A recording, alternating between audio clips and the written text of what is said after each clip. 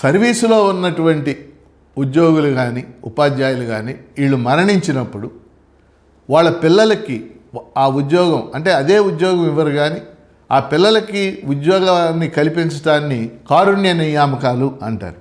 ఇంగ్లీష్లో compassionate appointments అంటారు. అంటే ఆ పిల్లలు ఏమి చదువుకున్నప్పటికి కూడా వాళ్ళకి సాధారణ ఒకవేళ వాళ్ళు పిహెచ్డీలు చేసి ఉండొచ్చు, ఇంకోటి చేసి ఉండొచ్చు. ఏమి చదువుకున్నప్పటికి కూడా సాధారణంగా వాళ్ళకి రికార్డ్ అసిస్టెంట్లు కానీ, జూనియర్ అసిస్టెంట్లు కానీ, లేక ఆఫీస్ సబార్డినేట్స్లు కానీ ఇలాంటి పోస్టులు కంపాషనేట్ అపాయింట్మెంట్ కింద ఇస్తూ ఉంటారు. అయితే ఈ వీడియో యొక్క ఉద్దేశం, నేను ప్రధానంగా ఈ వీడియో ఎందుకు చేశానంటే, కరోనాలో కానీ కరోనా సమయంలోని కానీ ఆ తర్వాత కానీ రాష్ట్రంలో వందలాది మంది ఉపాధ్యాయులు మరణించారు. అంటే నాకున్న సమాచారం మేరకు అయితే, నాకు తెలిసిన సమాచారం మేరకు కరోనా సమయంలో అన్ని జిల్లాల్లో కలిపి సుమారు 600 నుంచి 700 మంది ఉపాధ్యాయులు మరణించారు. ఆ తర్వాత కూడా అనేక మంది ఉపాధ్యాయులు మరణించారు రకరకాల సంఘటనలు. అయితే దురదృష్టకరం ఏంటంటే, ఆ మరణించినటువంటి ఉపాధ్యాయుల పిల్లలకి ఇంతవరకు కారుణ్య నియామకాలు అనేక జిల్లాల్లో ఇవ్వనటువంటి పరిస్థితి. దీనికి 2 ప్రధానమైన కారణాలు ఉన్నాయి. ఒక కారణం, మిగిలిన శాఖలలో మరణించినటువంటి ఉద్యోగుల పిల్లలకి రాష్ట్ర ప్రభుత్వంలో ఉన్న ఏ శాఖలోనైనా కారుణ్య నియామకాలు ఇస్తూ ఉన్నారు. మళ్ళీ చెప్తున్నాను ఈ పాయింట్, మిగిలిన శాఖలలో మరణించిన ఉద్యోగుల పిల్లలకి కారుణ్య నియామకాలు రాష్ట్ర ప్రభుత్వంలో ఉన్న ఏ శాఖలో అయినా కారుణ్య నియామకాలు ఇస్తున్నారు. కలెక్టర్ ద్వారా కారుణ్య నియామకాలు అందజేస్తూ ఉన్నారు.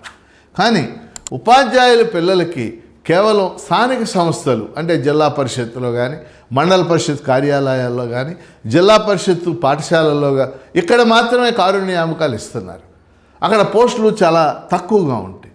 దాంతో ఉపాధ్యాయుల పిల్లలు, ఉపాధ్యాయులు చనిపోయినటువంటి పిల్లలకి కారుణ్య నియామకాలు చాలా నెలలు, సంవత్సరాలు పడుతున్నటువంటి పరిస్థితిని మనం, ఎందుకంటే నాకు తెలిసినటువంటి ఉపాధ్యాయులే కరోనా సమయంలో మరణించినటువంటి ఉపాధ్యాయుల పిల్లలకి ఇంతవరకు మన గుంటూరు జిల్లాలో, అంటే ముఖ్యంగా గుంటూరు ఉమ్మడి జిల్లాలో ఇంతవరకు కారుణ్య నియామకాలు ఇవ్వనటువంటి పరిస్థితిని మనం చూస్తూ ఉన్నాం.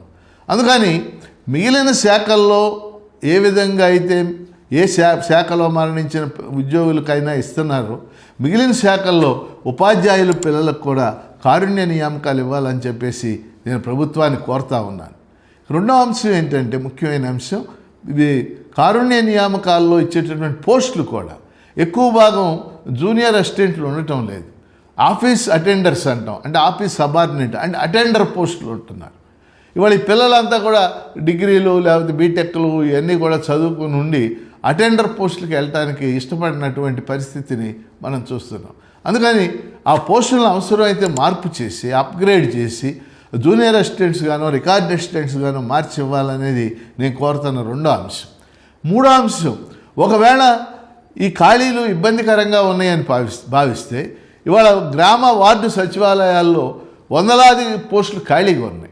మనందరికీ తెలుసు, గతంలో అవి ఏర్పాటు చేసినప్పుడు 130,000 మందిని నియామకాలు చేశారు. ఆ 130,000లో చాలా పోస్టులు, చాలా అంటే 10-15,000 పోస్టులు ఖాళీలైంది.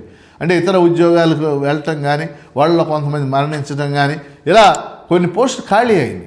ఆ వార్డు గ్రామ సచివాలయాల్లో ఉన్నటువంటి ఉద్యోగాలనైనా ఉపాధ్యాయుల పిల్లలకి కారుణ్య నియామకాల కింద ఇవ్వడానికి అవకాశం. కాబట్టి నేను 3 అంశాలు ప్రస్తావన చేశాను. ఒకటి, ఉపాధ్యాయుల పిల్లలకు వెంటనే కారుణ్య నియామకాలు ఇవ్వాలి, ఎవరైతే పెండింగ్లో ఉన్నారో అందరికీ. అవి ఇతర శాఖల్లో కూడా ఇవ్వండి.